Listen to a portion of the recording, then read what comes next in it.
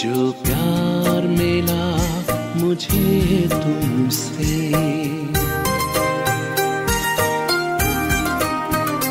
जो प्यार मिला मुझे तुमसे, वर्णन करूं मैं कैसे मुख से। जो प्यार मिला मुझे तुमसे, वर्णन करूं मैं कैसे मुख से। ये दिल जानता है बाबा, दिखता है जो नैनों के नूर से। जो प्यार मिला मुझे तुमसे।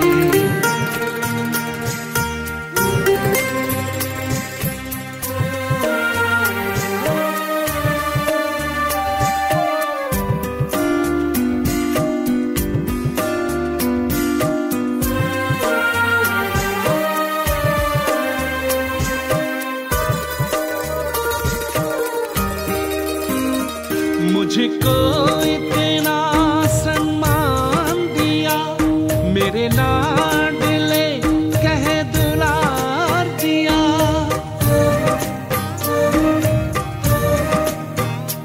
मुझको इतना सम्मान दिया, मेरे लाडले। ओम शांति। आज 24 अक्टूबर 2021।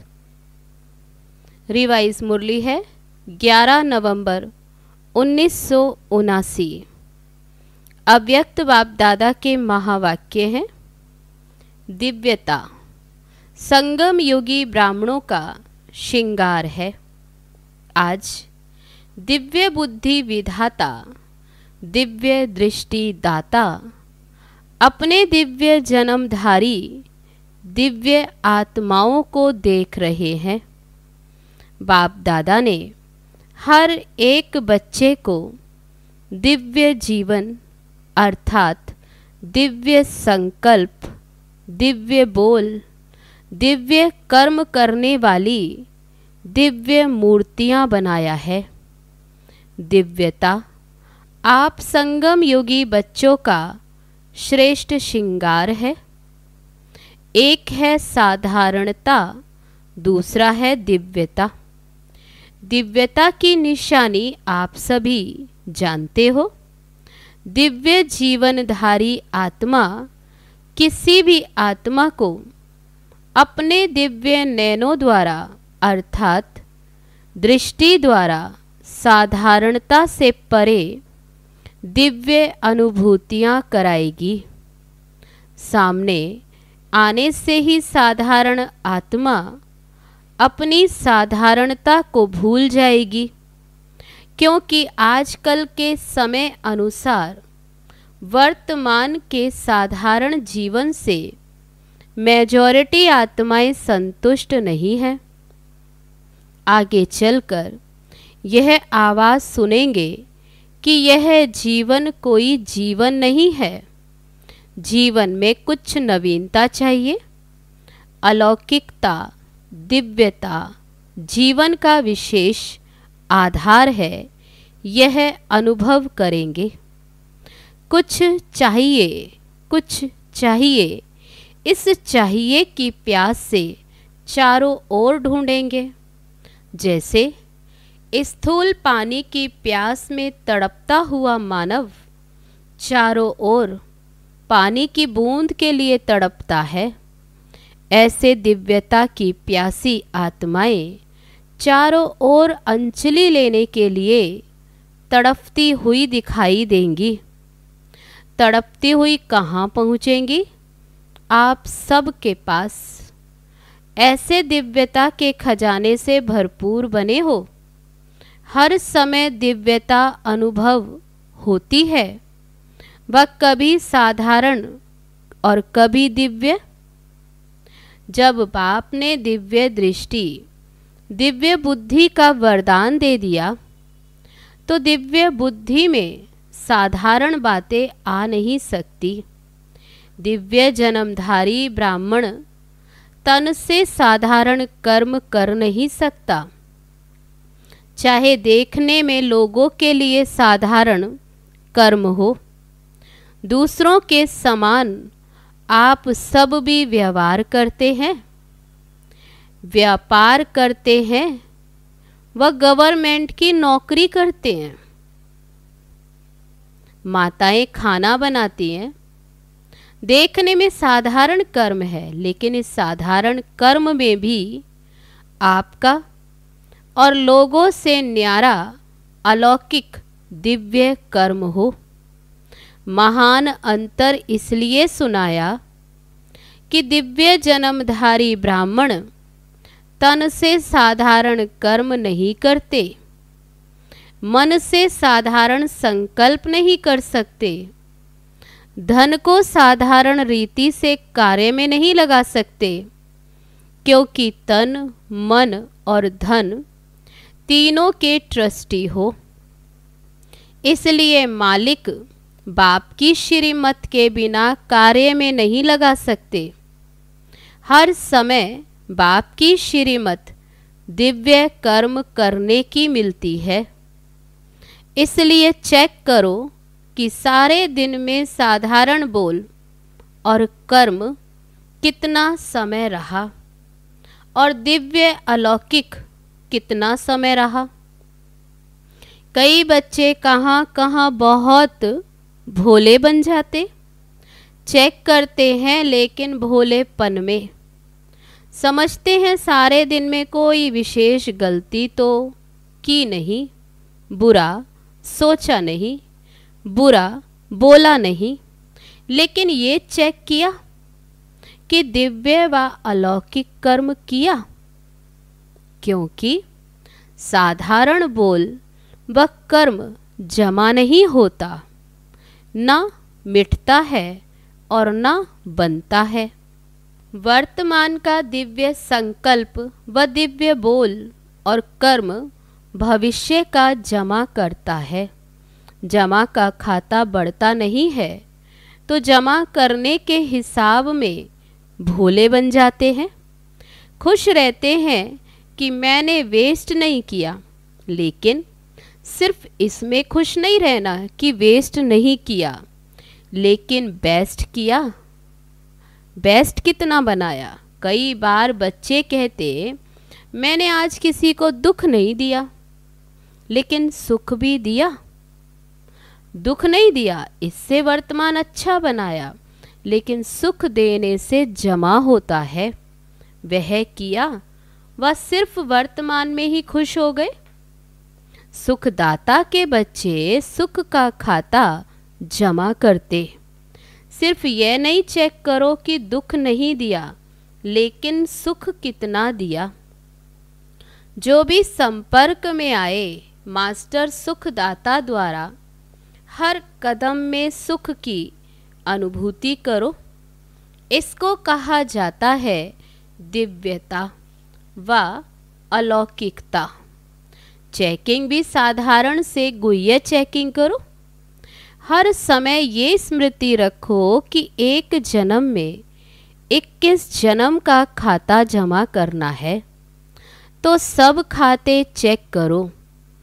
तन से कितना जमा किया, मन के दिव्य संकल्प से कितना जमा किया, और धन को श्रीमत प्रमाण श्रेष्ठ कार्य में लगाकर कितना जमा किया। जमा के खाते तरफ विशेष अटेंशन दो, क्योंकि आप विशेष आत्माओं का जमा करने का समय इस छोटे से जन्म के सिवाय सारे कल्प में कोई समय नहीं है। और आत्माओं का हिसाब अलग है, लेकिन आप श्रेष्ठ आत्माओं के लिए अभी नहीं तो कब नहीं। तो समझा क्या करना है। इसमें भोले नहीं बनो, पुराने संस्कारों में भोले मत बनो। बाप दादा ने रिजल्ट देखी, कितनी बातों की रिजल्ट में जमा का खाता बहुत कम है। उसका विस्तार फिर सुनाएंगे। सभी स्नेह में सब कुछ भुला कर के पहुंच गए हैं। बाप दादा भी बच्चों का स्नेह देख एक घड़ी के स्नेह का रिटर्न अनेक घड़ियों की प्राप्ति का देता ही रहता। आप सभी को इतने बड़े संगठन में आने के लिए क्या क्या पक्का कराया। पहले तो पटरानी बनना पड़ेगा, 4 दिन ही रहना पड़ेगा, आना जाना ही पड़ेगा। तो ये सब बातें सुनते हुए भी स्नेह में पहुंच गए कि पट में सोना होगा, पटरानी बनना पड़ेगा। तो बाबा ने कहा और 4 दिन ही रहना है। फिर भी स्नेह में पहुंच गए। ये भी अपना लक समझो, जो इतना भी मिल रहा है मधुबन में रहने को, फिर भी जड़ मूर्तियों के दर्शन के समान खड़े खड़े रात तो नहीं बिताते हो ना। 3 पैर पृथ्वी तो सबको मिली ना, यहाँ भी आराम से बैठे हो। जब आगे वृद्धि होगी तो स्वतः ही विधि भी परिवर्तन होती रहेगी।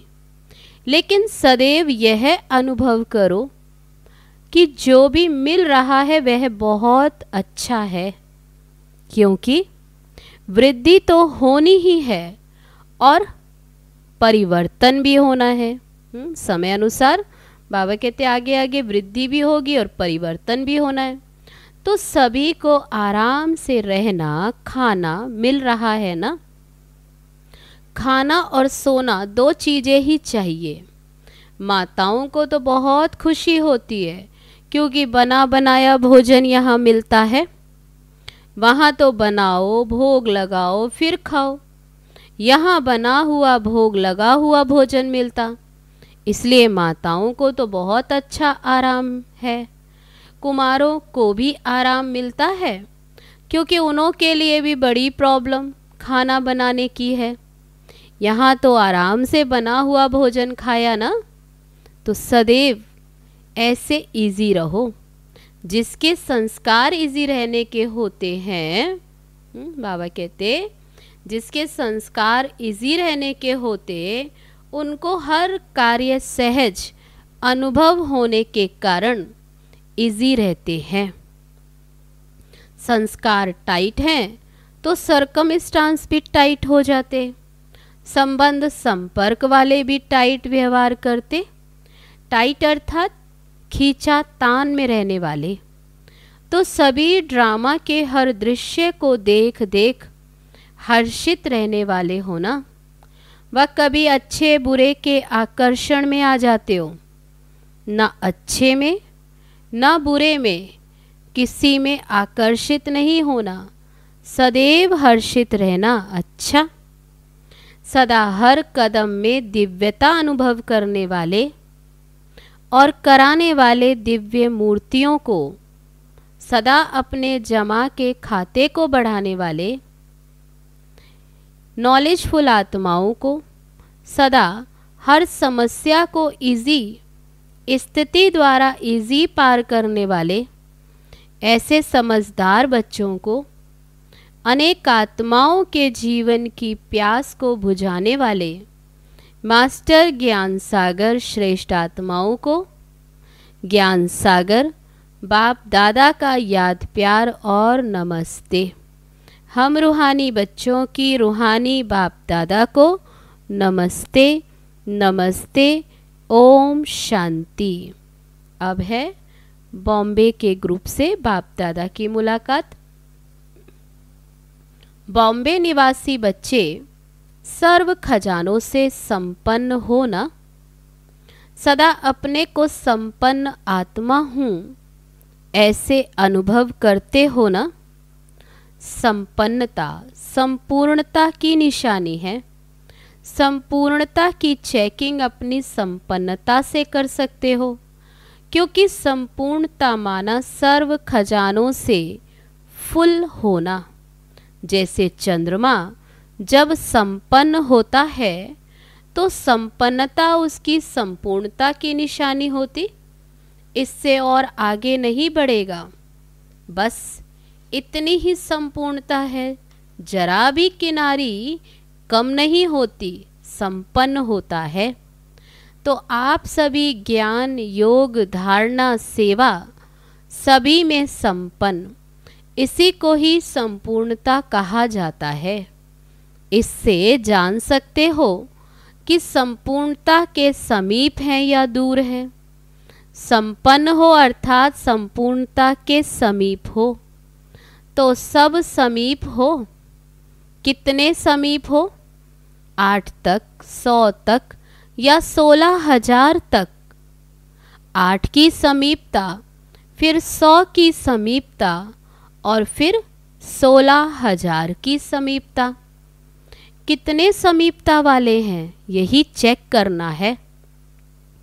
अच्छा है, फिर भी दुनिया के कोटों से आप बहुत बहुत भाग्यवान हो। वे तड़पने वाले हैं और आप संपन्न आत्माएं हो, प्राप्ति स्वरूप आत्माएं हो। ये खुशी है ना? रोज अपने से बात करो कि हमारे सिवाय और कौन खुश रह सकता है। तो यही वरदान सदा स्मृति में रखना कि समीप है, संपन्न है। अभी तो समीप मिलना भी हो गया। जैसे स्थूल में समीप अच्छा लगता है, वैसे स्थिति में भी सदा समीप अर्थात सदा संपन्न बनो। अच्छा, अब है गुजरात पूना के ग्रुप से बाप दादा की मुलाकात। सभी दृष्टि द्वारा शक्तियों के प्राप्ति की अनुभूति करने के अनुभवी होना। जैसे वाणी द्वारा शक्ति की अनुभूति करते हो, मुरली सुनते हो तो समझते हो ना शक्ति मिली।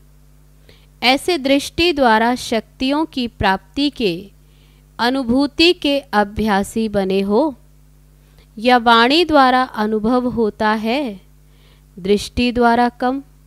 बाबा पूछते हैं कि ऐसा तो नहीं, वाणी द्वारा अनुभव होता है और दृष्टि द्वारा कम? दृष्टि द्वारा शक्ति कैच कर सकते हो, क्योंकि कैच करने के अभ्यासी होंगे तो दूसरों को भी अपने दिव्य दृष्टि द्वारा अनुभव करा सकते हैं। आगे चलकर वाणी द्वारा सबको परिचय देने का समय भी नहीं होगा और सरकमस्टांस भी नहीं होंगे। तो क्या करेंगे? वरदानी दृष्टि द्वारा, महादानी दृष्टि द्वारा महादान वरदान देंगे।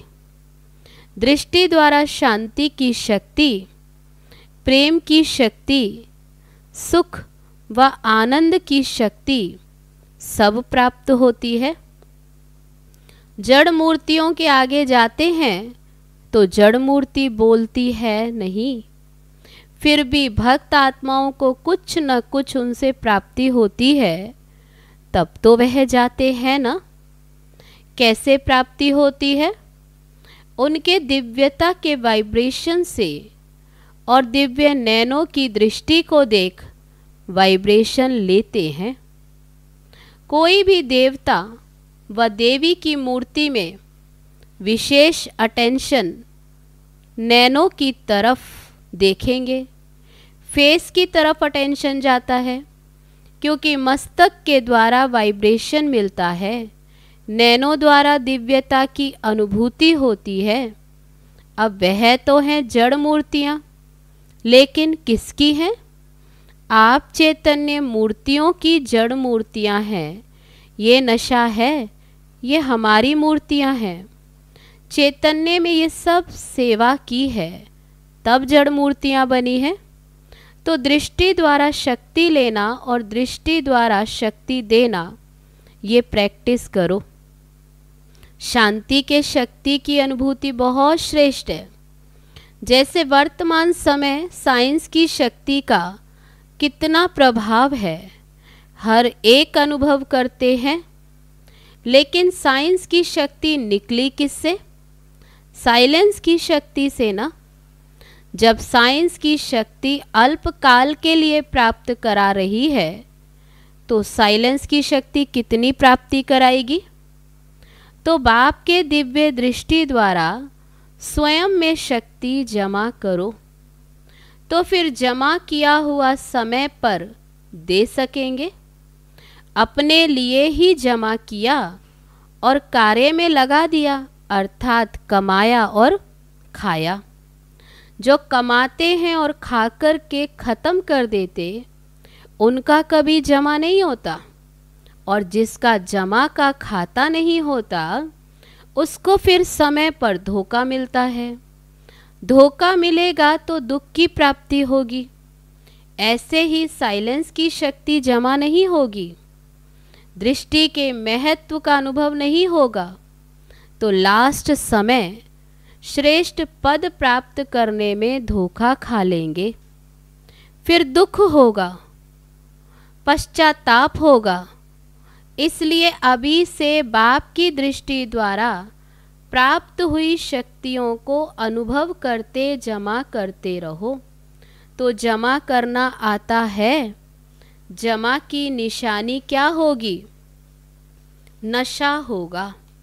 जैसे साहूकार लोगों के चलने, बैठने, उठने में नशा दिखाई देता है, और जितना नशा होता उतनी खुशी होती है। तो ये है रूहानी नशा। इस नशे में रहने से खुशी स्वतः होगी। खुशी ही जन्म सिद्ध अधिकार है। सदा खुशी की झलक से औरों को भी रूहानी झलक दिखाने वाले इसी वरदान को सदा स्मृति में रखना। कुछ भी हो जाए, खुशी के वरदान को नहीं खोना। समस्या आएगी और जाएगी, लेकिन खुशी ना जाए, क्योंकि खुशी हमारी चीज़ है और समस्या परिस्थिति है, दूसरे के तरफ से आई है। अपनी चीज़ को सदा साथ रखते हैं ना, पराई चीज़ तो आएगी और जाएगी। परिस्थिति माया की है, अपनी नहीं है। अपनी चीज़ को खोना नहीं होता, तो खुशी को खोना नहीं। चाहे ये शरीर भी चला जाए, लेकिन खुशी ना जाए। खुशी से शरीर भी जाएगा तो बढ़िया मिलेगा, पुराना जाएगा नया मिलेगा। तो गुजरात और महाराष्ट्र वाले इस महानता में सदा रहना, खुशी में महान बनना। अच्छा, अब है आंध्र प्रदेश और कर्नाटक ग्रुप से बाप दादा की मुलाकात। इस ड्रामा के अंदर विशेष पार्ट बजाने वाली विशेष आत्माएं हैं। ऐसे अनुभव करते हो? जब अपने को विशेष आत्मा समझते हैं तो बनाने वाला बाप स्वतः याद रहता है। याद सहज लगती है, क्योंकि संबंध याद का आधार है। जहाँ संबंध होता है वहाँ याद स्वतः सहज हो जाती है। जब सर्व संबंध एक बाप से हो गए तो और कोई रहा ही नहीं। एक बाप सर्व संबंधी। इस स्मृति से सहज योगी बन गए। कभी मुश्किल तो नहीं लगता। जब माया का वार होता है तब मुश्किल लगता है। माया को सदा के लिए विदाई देने वाले बनो। जब माया को विदाई देंगे तब बाप की बधाई बहुत आगे बढ़ाएगी। भक्ति मार्ग में कितनी बार मांगा कि दुआएं दो, ब्लेसिंग दो, लेकिन अभी बाप से ब्लेसिंग लेने का सहज साधन बता दिया है। जितना माया को विदाई देंगे उतनी ब्लेसिंग स्वतः मिलेगी। परमात्म दुआएं एक जन्म नहीं लेकिन अनेक जन्म श्रेष्ठ बनाती हैं।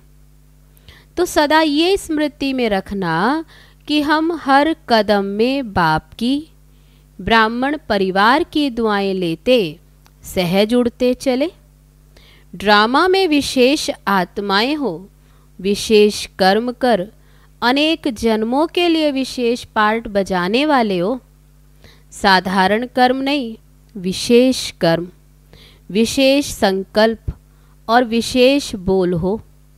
तो आंध्र वाले विशेष सेवा यही करो कि अपने श्रेष्ठ कर्म द्वारा, अपने श्रेष्ठ परिवर्तन द्वारा अनेक आत्माओं को परिवर्तन करो। अपने को आईना बनाओ और आपके आईने में बाप दिखाई दे। ऐसी विशेष सेवा करो तो यही याद रखना कि मैं दिव्य आईना हूँ। मुझ आईने द्वारा बाप ही दिखाई दे। समझा? अच्छा, अब है आज का वरदान। सदा एक रस स्थिति के तख्त पर विराजमान रहने वाले बाप दादा के दिल तख्त नशीन भव। सभी से श्रेष्ठ तख्त बाप दादा के दिल तख्त नशीन बनना है। लेकिन इस तख्त पर बैठने के लिए अचल अडोल एक रस स्थिति का तख्त चाहिए। अगर इस स्थिति के तख्त पर स्थित नहीं हो पाते तो बाप दादा के दिल रूपी तख्त पर स्थित नहीं हो सकते।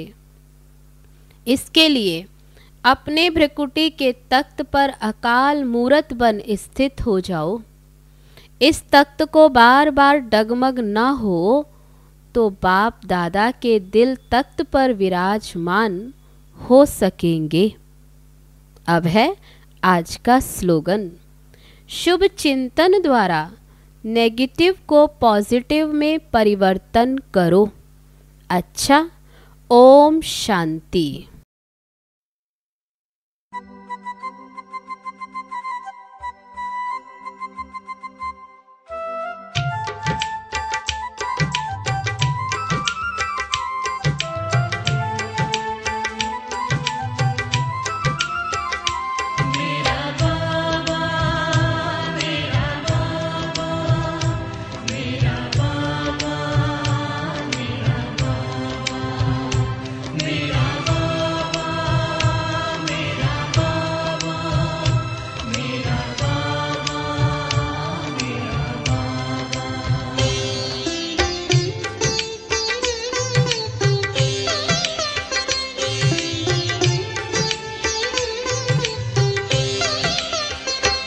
मेरा बाबा मेरे साथ है, मेरा बाबा मेरे साथ है। बस गीत यही मैं गाता रहूं। मेरा बाबा मेरे साथ है, बस गीत यही मैं गाता रहूं।